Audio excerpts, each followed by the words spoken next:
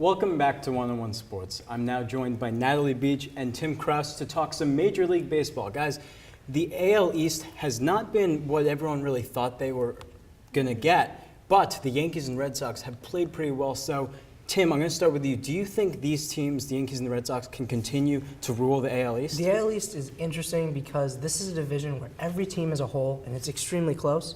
I don't think the Yankees are going to be able to do it this year. They're not healthy. They're relying on players that you didn't even know what team they were on last year. And at the end of the day, their pitching is not that good this year. I would say both teams, the Yankees and Red Sox, have the same problem where they're both really old and prone to getting injured, and a lot of players are already injured. And I mean, the Orioles have already snuck back into second place behind the Red Sox. I think that the Red Sox are going to start strong because they have this emotional wave they're riding right now.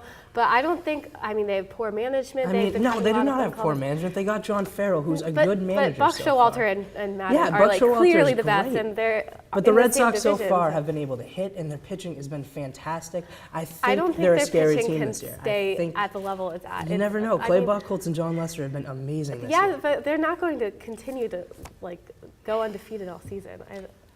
I think that both teams, I'm not going to say that they're going to go on and win the division, but who knows, maybe in September one of the teams is competing for a wild card spot at least. So they've played well so far, but there are teams that have been very disappointing through these first 20 games. Natalie, I'm going to start with you. Which team has been the biggest disappointment so far?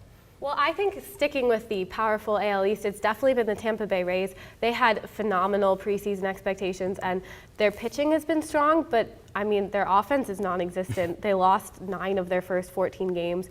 They can't seem to score with runners in scoring position. They were 1 for 31 at one point. Pick a lot. They're definitely coming back. They just won 4 games in a row, but they're definitely not as strong of an AL East contender as originally predicted. Yeah, that team can't hit, and it's shocking because David Price is struggling right now, so that's a problem. So I like that pick a lot. I'm going to go with the Los Angeles Angels of Anaheim. This is a team that had a tremendous offseason. They signed Josh Hamilton, and what's happening right now? They have Mike Trout. They shouldn't have any problem. Nothing's happening right now. They're third in the AL West. They're struggling. Hamilton has been abysmal this year. Their pitching staff with the injury to Weaver is bad. They're struggling right now. I do think the Angels can turn it around. I think they'll make the playoffs, but they need to turn it around soon. It's hard to say. The West isn't easy either. It's not. No, that's a very tough division. Yeah, and you can say that both of these teams were picked by many experts to win their divisions. They need to step up. They're not going to do that if they're continuing to play like this. But for our last question, we're going to go back to the Yankees, and Derek Jeter is going to be out until after the All-Star break. Tim, is the captain done? Absolutely not. Derek Jeter is the New York Yankees. Derek Jeter will be done when Derek Jeter says he will be done. He's so done. He's not. What better option do they have at shortstop? Well, exactly. That's the problem. He's too old and too injured to play shortstop. You need your ankle, and this is a very severe ankle injury. Yeah, and that's why he's sitting out till the end of the All-Star break. Yes, so when he comes back, I don't think he'll be strong enough to play shortstop because he's simply too old and too injured, and he doesn't have an arm for third. They already have Cano at second, so they're not going to. He has a player option next year. He's going to be back in pinstripes.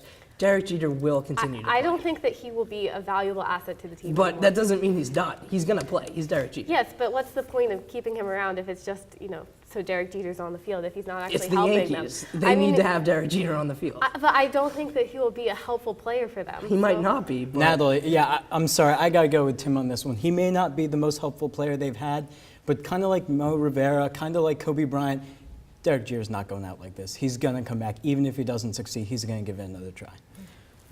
It's all the time we have for this block, but when we get back, our experts will sit down with Ryan to talk NBA playoff action. Don't go anywhere.